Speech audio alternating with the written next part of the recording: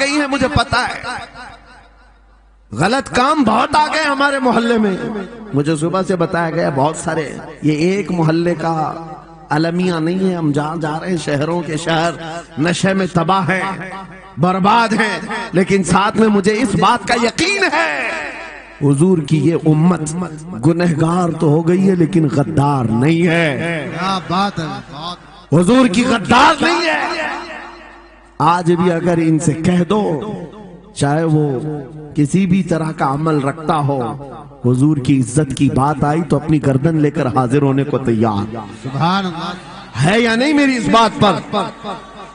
سنو، خالد بن ولید جب قلعے کا محاصرہ کر چکے ہیں، عیسائی پادری نے اپنے سارے ساتھیوں سے کہا ہم ان کو 3 دن کا ٹائم دیتے ہیں کہ ہم ان کو صلح کرنے کی بات کریں گے، لیکن میری ایک شرط ہوگی، یہ اپنے نوجوان ساتھیوں کو لے کر بازار سے گزرتے ہوئے آ جائے، اگر صحیح سلامت ان کے سارے فوجی آ گئے ہم قلعے کی چابیاں دے دیں گے۔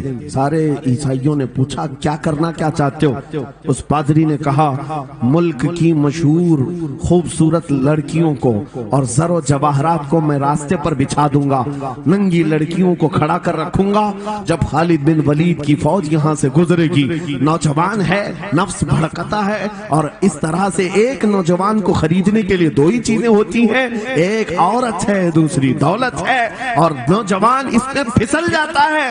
میں جانتا ہوں کہ جب یہ دونوں چیزیں سجا کر رکھ دی جائیں خالد بن ولید کے یہ لشکری ٹوٹ پڑیں گے عورتوں پر اور دولت پر، ہم آسانی سے ان پر قابض ہو جائیں گے۔ سب نے واہ واہ کیا، تالیاں بجائی، اور پادری آ کر خالد بن ولید سے کہتا ہے ہم آپ سے لڑنا نہیں چاہتے، ہم آپ سے مقابلہ نہیں کرنا چاہتے، آپ 3 دن کے بعد اپنے لشکریوں کو لے کر اس بازار سے گزرتے ہوئے آ جائیے، صحیح سلامت اگر آپ پہنچ گئے تو قلعے کی چابیاں آپ کے حوالے کر دوں گا۔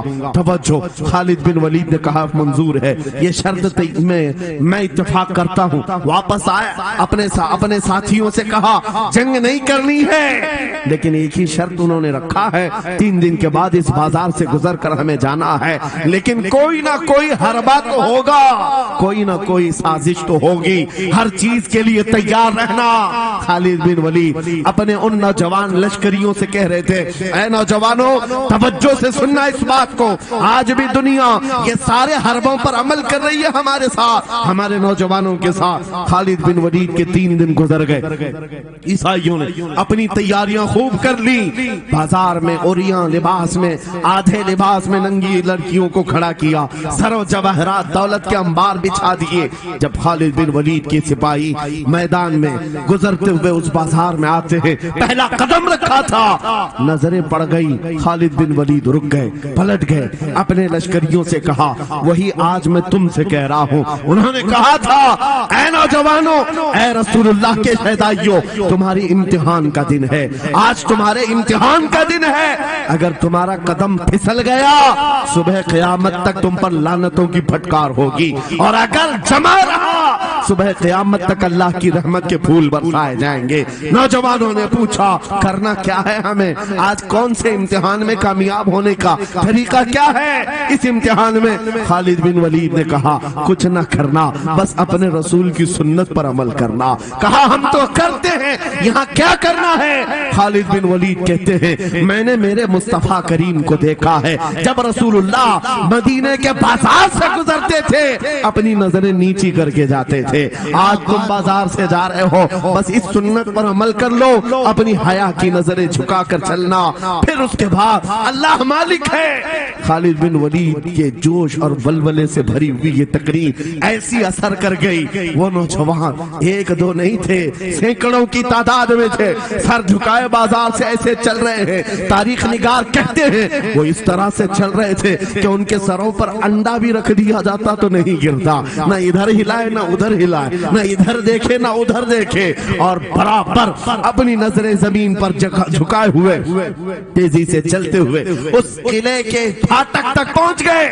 وہاں وہ پادری صاحب انتظار میں تھے، بھٹک گئے ہوں گے، عورتوں سے بھڑ گئے ہوں گے، دولت جمع کر رہے ہوں گے، مگر یہ دیوانے ٹھکراتے ہوئے ہر دولت اور اوریانیت کو اس قلعے کے پھاٹک تک پہنچ گئے۔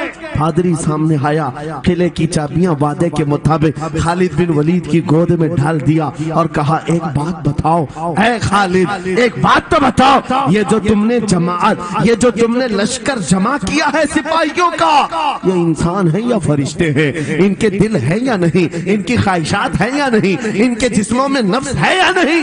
ہم نے ملک کی سب سے خوبصورت ترین عورتوں کو کھڑا کر دیا تھا، دولت کو بچھا دیا تھا، ان میں سے ایک بھی اس کی طرف توجہ نہیں کیا۔ خالد بن ولید مسکرا کر جو جواب دیتے ہیں وہ ہمارا ایمان ہونا چاہیے۔ کیا جواب دیتے ہیں؟ فرماتے نادان، اے عیسائی، ان آنکھوں کو تو خریدنے کی کوشش کر رہا تھا جن آنکھوں میں پہلے سے جمال مصطفیٰ بسا ہوا۔ کیا بات ہے، سبحان اللہ۔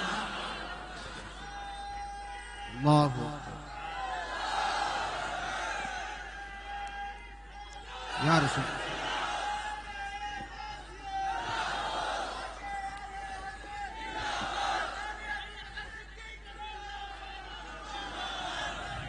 یہ جو لوگ لائٹ کے قریب ہیں ان سے گزارش ہے کہ آپ ہٹ جائیں، کرنٹ میرے عزیزوں، یہ جواب تھا ان آنکھوں کو دنیا کا حسن کیا دھوکہ دے سکتا ہے جن آنکھوں میں پہلے سے جمال مصطفیٰ بسا ہوا۔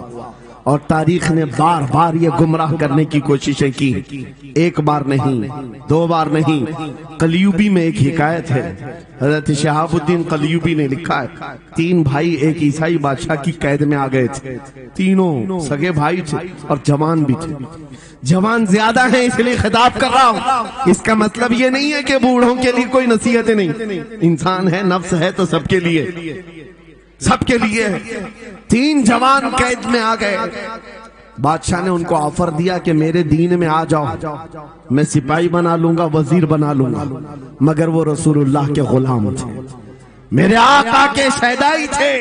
کہا اتنی آسانی میں تو ہم دین نہیں بیچ سکتے۔ توجہ ہے نوجوانوں، یہ سب تمہارے ساتھ ہو رہا ہے، دولت تمہیں دکھا کر، حسن تمہیں دکھا کر اگر دنیا خرید سکتی ہے تو لعنت ہے ایسے تمہاری زندگی پر، تف ہے۔ پھر وہ کیسا ایمان والا ہے، کیسا مسلمان ہے جس نے اپنے نبی کی محبت کو ہلکی چیز میں بیچ دیا؟ اس کا کوئی تعلق نہیں ہے۔ الا لا ایمان لمن لا محبت له، اعلیٰ حضرت نے لکھا ہے اس کا ایمان ہی نہیں جس کے دل میں میرے آقا کی محبت نہیں۔ کیا بات ہے، سبحان اگر محبت ہے تو سودا نہیں کرو گے۔ 3 بھائی ایک بادشاہ کی قید میں آ گئے اور ان کو آفر دیا گیا دین بدل لو، ہمارے دین میں آ جاؤ، چھوڑ دیں گے۔ سخت تھے، جمے ہوئے تھے، ڈٹے ہوئے تھے، کہا نہیں۔ کہا جلاد کو بلاؤ، کوڑے مارو، کہا تیار ہیں ہم۔ اتنا نہیں، بادشاہ اتنے غصے میں تھا، جلاد کو بلایا اور کہا ایک کڑھائی لاؤ، تیل ڈالو اور کھولاؤ۔ تیل ڈال کر کے کھولایا گیا۔ جب تیل کھولنے لگا، ان تینوں میں سے بڑے بھائی کو اٹھا کر تیل میں ڈال دیا۔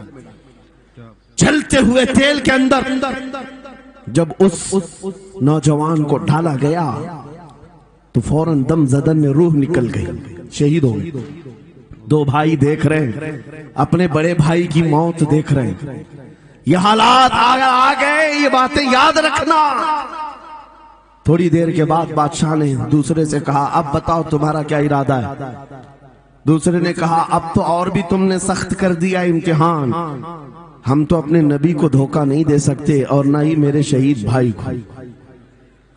بادشاہ نے دوسرے کو اٹھایا اور تیل میں ڈال دیا، کھولتے ہوئے تیل میں ڈال دیا، 2 شہید ہو گئے۔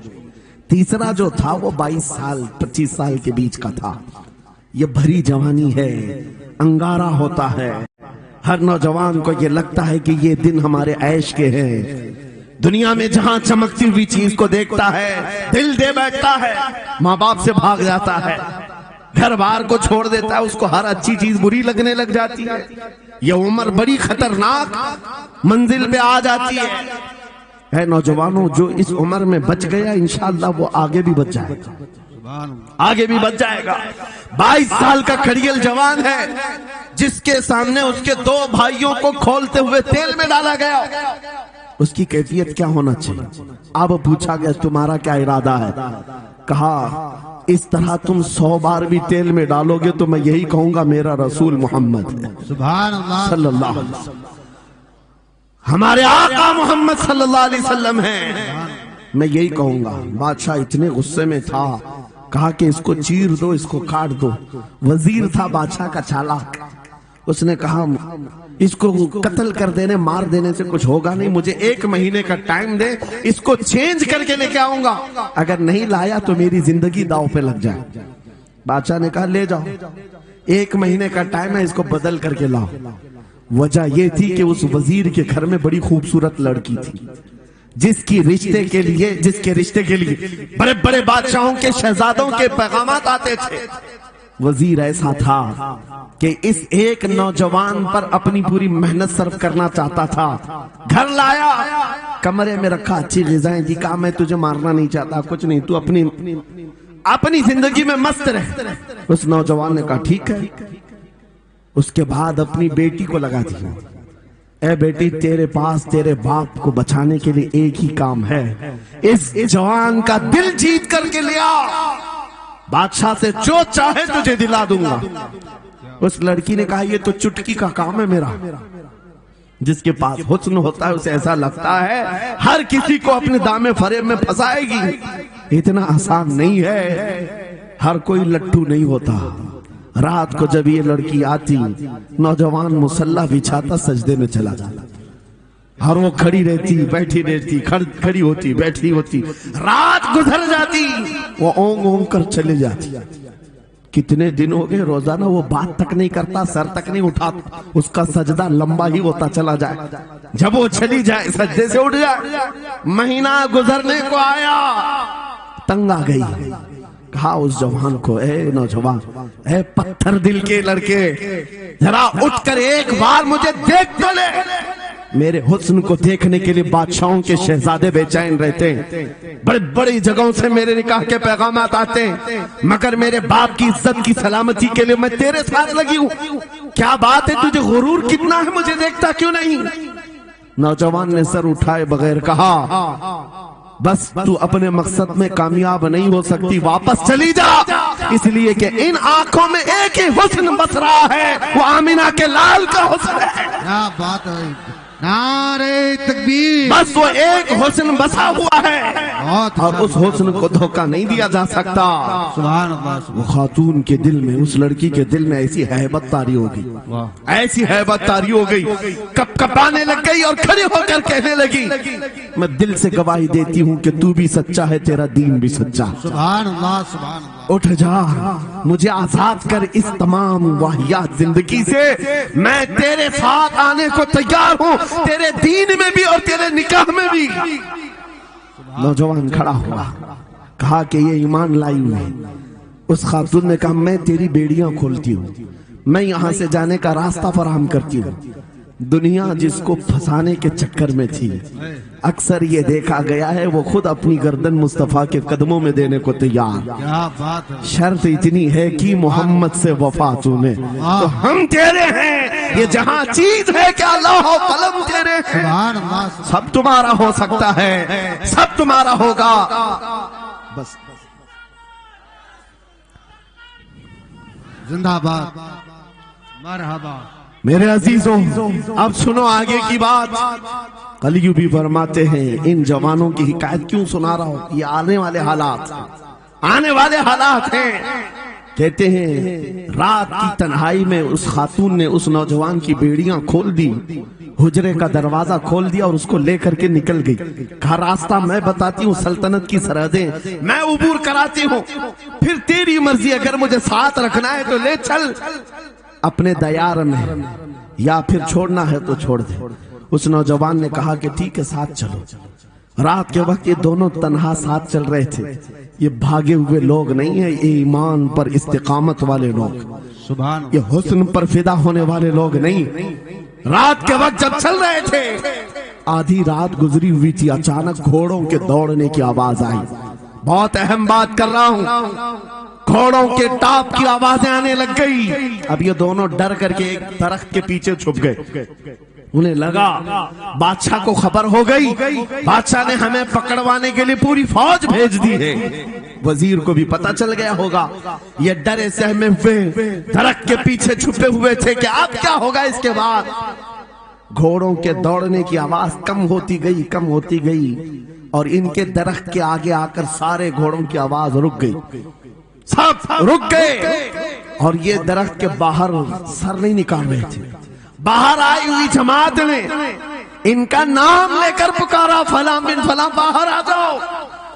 یہ نوجوان کہتا ہے جب میں باہر آ کر دیکھا یہ بادشاہ کی فوج نہیں تھی، اس کے دونوں شہید بھائی پوری جماعت کے ساتھ گھوڑوں پر سوار ہیں. سبحان اللہ. جن کو بادشاہ نے کھولتے ہوئے تیل میں ڈالا تھا وہ گھوڑوں پر سوار آ رہے ہیں. نوجوان دیکھ کر کے ہکا بکا رہ گیا. پوچھا بھائی جان آپ کیسے آئے، آپ کیسے آئے؟ ان دونوں بھائیوں نے کہا اے ہمارے ننھے بھائی کیا تجھے پتا نہیں اللہ نے فرمایا وَلَا تَقُولُوا لِمَنْ يُقْتَلُ فِي سَبِيلِ اللَّهِ أَمْوَاتٌ بَلْ أَحْيَاءٌ وَلَكِنْ لَا تَشْعُرُونَ. جو اللہ کی راہ میں مارے جائیں انہیں مردہ مت کہو، وہ زندہ ہیں، تمہیں اس کا شعور نہیں.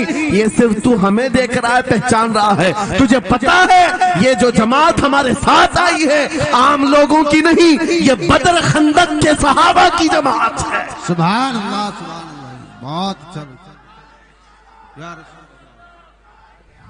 مرحبا. اللہ.